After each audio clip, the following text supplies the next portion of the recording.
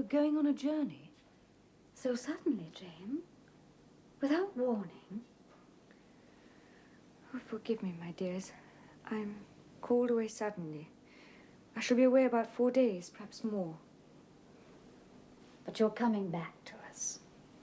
Why you're taking on was nothing. You're going alone? Yes, it is to see or hear news of a friend about whom I've been uneasy for some time.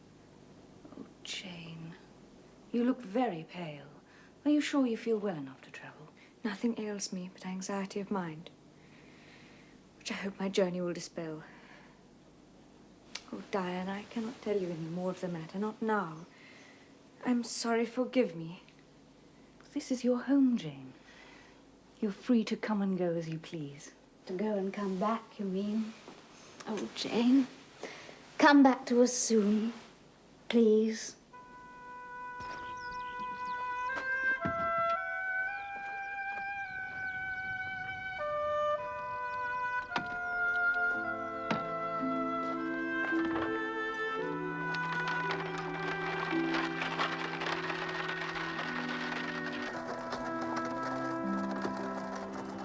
My master might be abroad for all I knew. And if he were at Thornfield Hall with his poor lunatic wife, I dared not seek his presence or speak to him. I decided to ask at the inn. They would be able to tell me all I sought to know.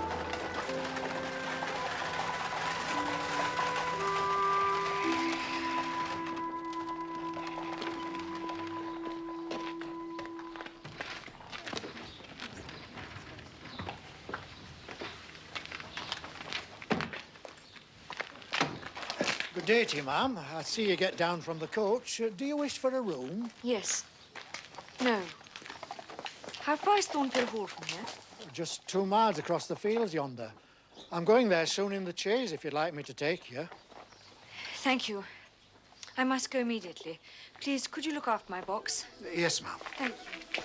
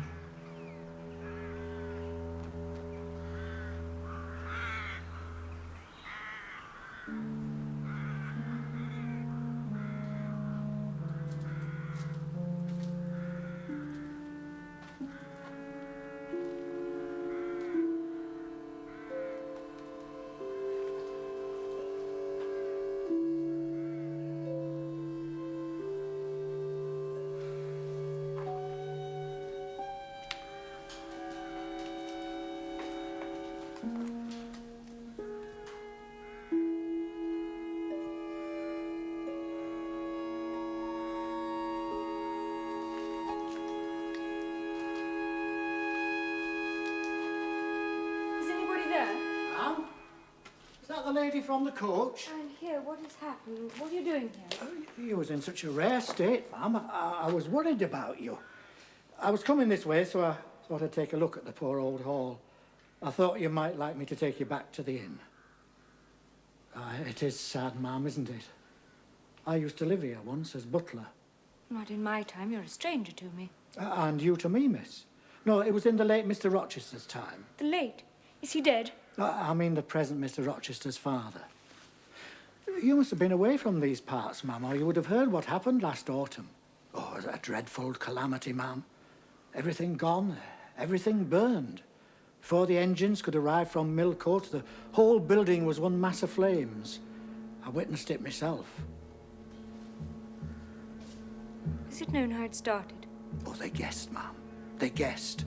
And the servants had a tale to tell. You are perhaps not aware, ma'am, that there was a lady, a lunatic, kept in the house. I have heard something of it. Well, a very queer thing happened a year since. A very queer thing. This lady, ma'am, turned out to be Mr. Rochester's wife.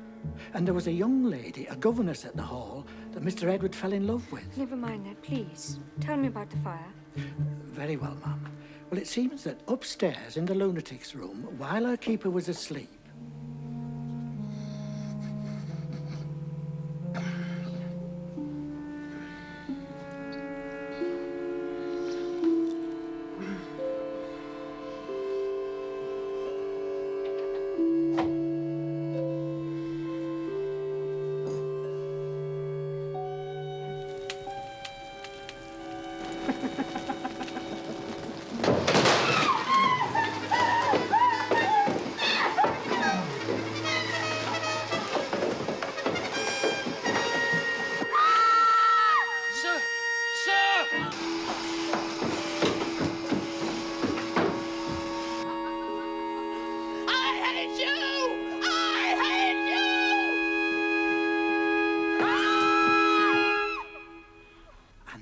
minute she lay smashed on the pavement, as dead as the stones on which her brains and blood lay. It was frightful.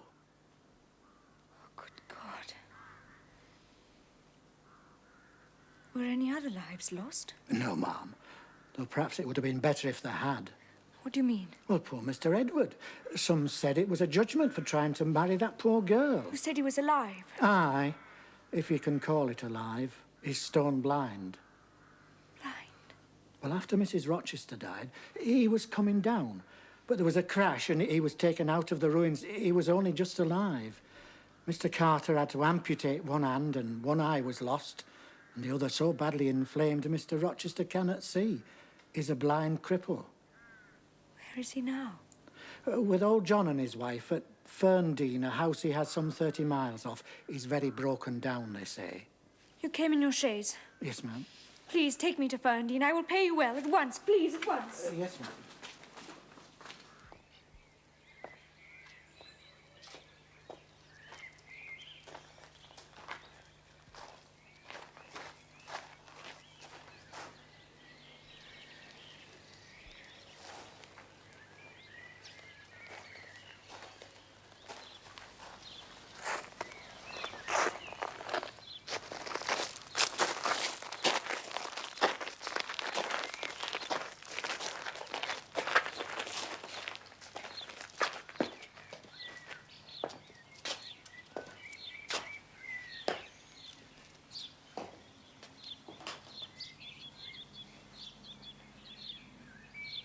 But he won't let folk help him, ever.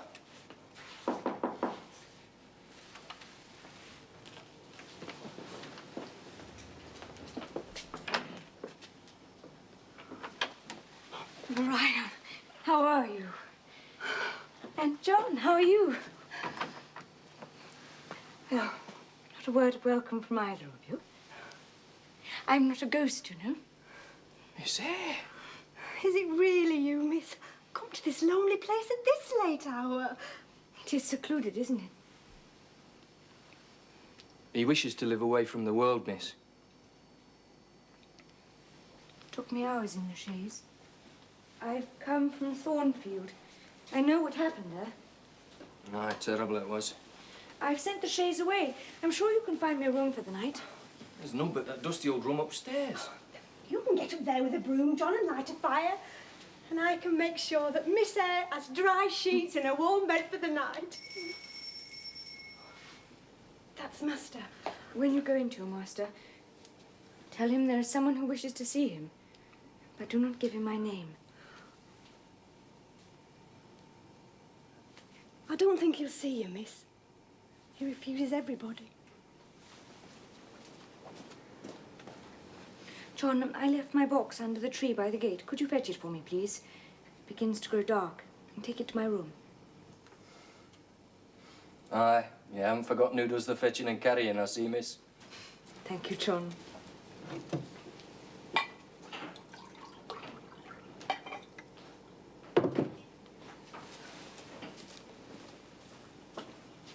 You're to send in your name and business.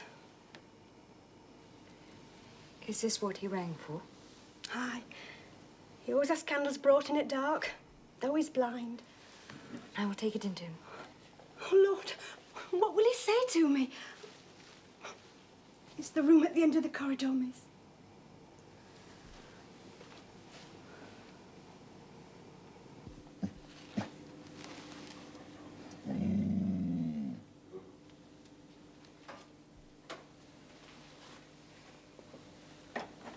Give me the water, Maria.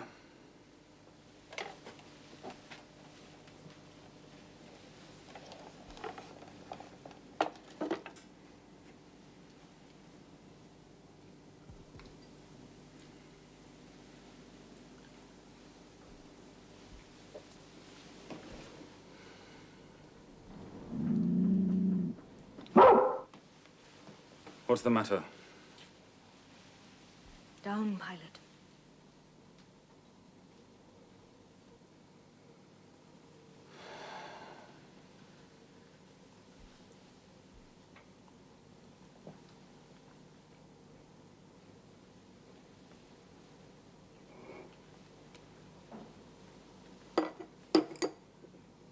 This is you, Maria, is it not? Mariah's in the kitchen.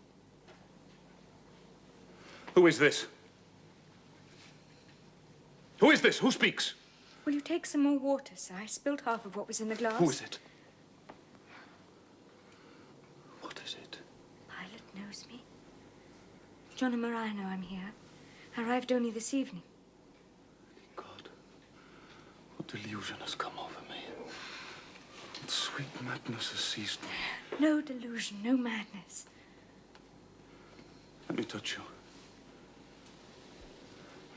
Her very fingers. The small, slight fingers.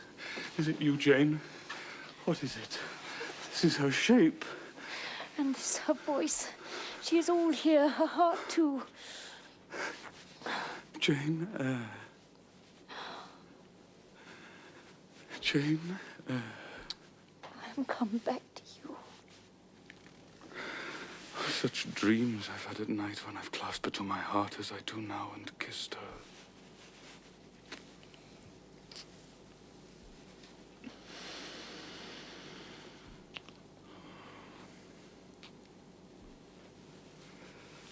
And felt that she loved me. And trusted she would never leave me.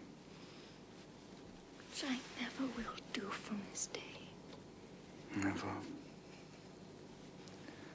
But I always woke and found it an empty mockery. Gentle, sweet dream. You will fly to.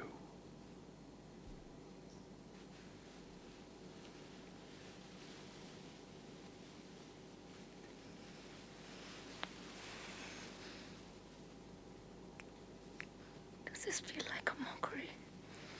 Do you call this a dream? It is you, is it, Jane? You are come back to me, then. I am. Don't lie dead in some ditch. Oh, shh. You're not a despised outcast among strangers. I'm an independent woman now. An uncle in Madeira died and left me £5,000. What, Janet? You're an independent woman. A rich woman. A free woman. Quite rich. Enough to build a house close by, where you can come and sit in my parlor when you need company of an evening. Ah, you're rich, Jane. You have now, no doubt, friends who will not suffer you to devote yourself to a lame, blind wreck. I am my own mistress, sir. And you will stay. Certainly. I will be your neighbor, your nurse, your housekeeper. If I find you lonely, I will be your companion. I will read to you, walk with you, sit with you, wait on you, be eyes and hand to you. You will not be left desolate by me. This is pity, not love. No. Leave me. No. Leave me! I beg you.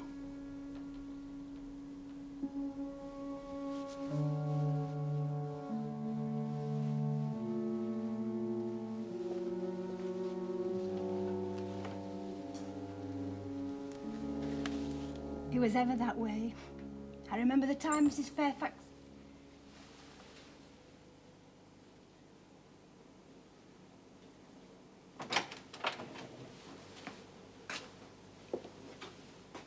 Anaya? Maria! Yes, sir? Our visitor cannot have left. Where is she? Oh, she's somewhere in the house, sir. I'll find her. Bring her to me. Yes, sir. I'm here, sir. Still here. Jane. You must not go. I've touched you, felt you, hurt you. I cannot give up these joys. The world may think me selfish, but no matter. Very well, sir. It is settled. Yes. But you understand one thing by staying, and I understand another. What do you say is my understanding, sir? You mean to wait on me like a kind little nurse? You were ever kind. I suppose I must now entertain fatherly feelings for you. Don't you think so? Come, tell me. I shall think, sir, what you like. You cannot always be my nurse, Janet. You're young. You must marry someday. I don't care about being You married. should care! If I were what I once was, I would try to make you care. It is time someone undertook to rehumanize you, sir. Have you a pocket comb about you? What for? Come, give it to me.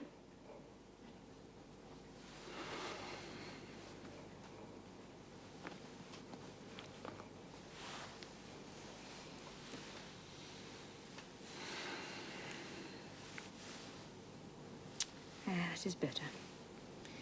Your shaggy black mane is very alarming. And this? It is a pity to see it. A pity to see your eyes. A scar on your forehead.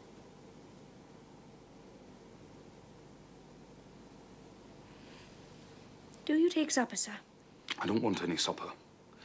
I never take supper. Well, you shall have some tonight. You're hungry, I'm sure.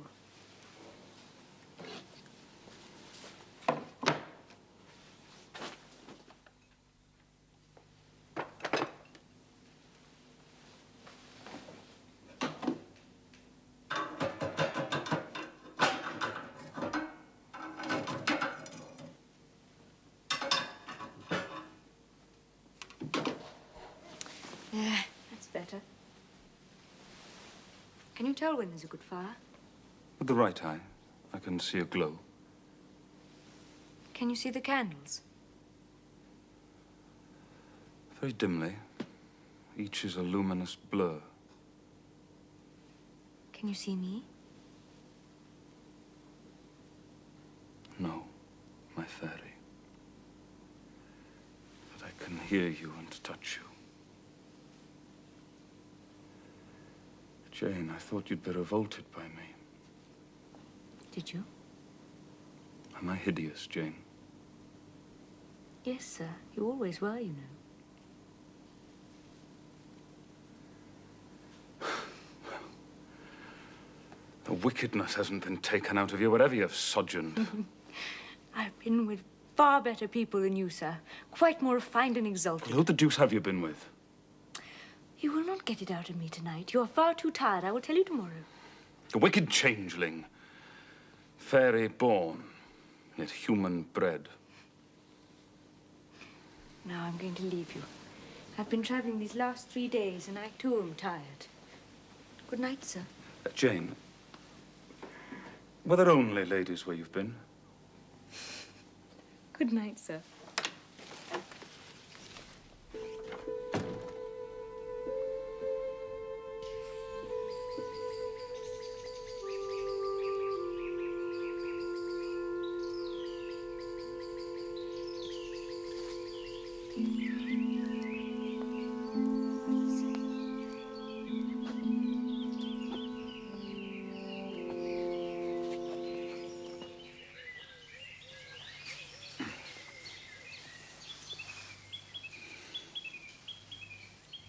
This St. John Rivers, then. He's your cousin? Yes, sir. Did you like him, Jane? St. John is a very good man. I could not help but like him. Is he an able man? Truly able, sir. A thoroughly educated man? St. John is an accomplished and profound scholar, sir. His manners, I think you said they were not to your taste. Priggish and parsonic. I never mentioned his manners. But they are polished, calm, and gentlemanlike. His, appearance, I forget how you described his appearance. A raw curate, half strangled in a white neckcloth, St. John dresses well. He is a very handsome man. Tall, blonde, blue-eyed, and with a Grecian profile. Damn him.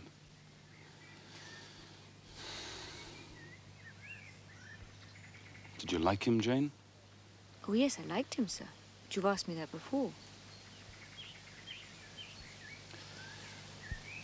Perhaps you would rather not sit beside me any longer, Miss Eyre.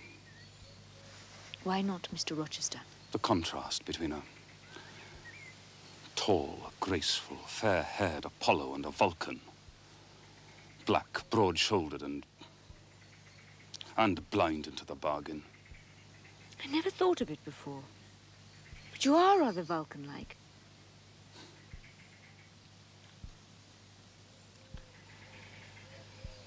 This man Rivers, he wanted to marry you. You need not be jealous. I only wanted to provoke you. I thought anger would be better than grief.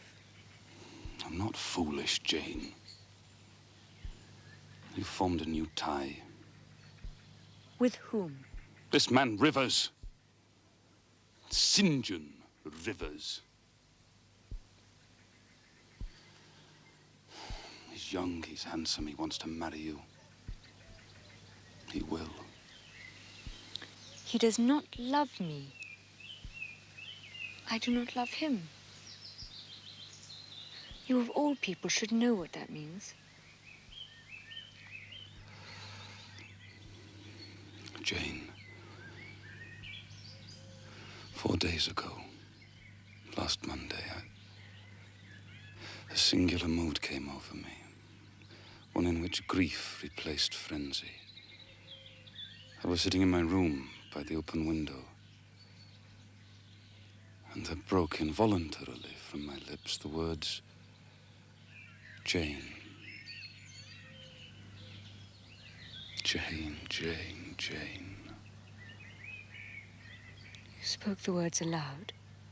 I did. You'll think me mad. For a voice, I cannot tell whence it came, but I know whose it was, replied. It said,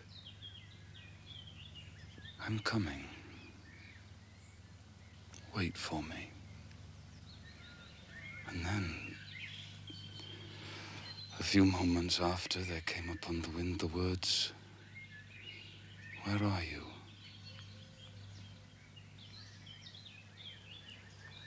Jane, I don't want a nurse or a friend. I want a wife. Do you, sir? Yes.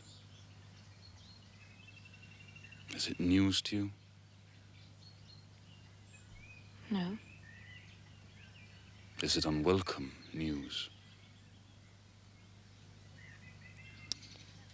That depends on circumstances, sir. On your choice. Which you shall make for me. I will abide by your decision. I leave the choice to you. Choose then, sir. Her who loves you best. I will at least choose her I love best. Jane, will you marry me? blind man who you'll have to lead about by the hand. Yes, sir. A crippled man, nearly 20 years older than you, who you'll have to wait on. Yes, sir.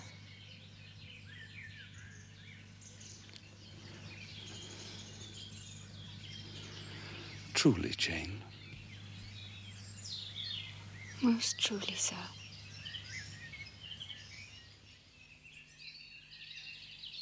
I have now been married 10 years. Within 2 years, Edward recovered the sight of one eye, just before our first child was born. I now know what it is to live for and with what I love best on earth. I am my husband's life as fully as he is mine. We are bone of each other's bone and flesh of each other's flesh.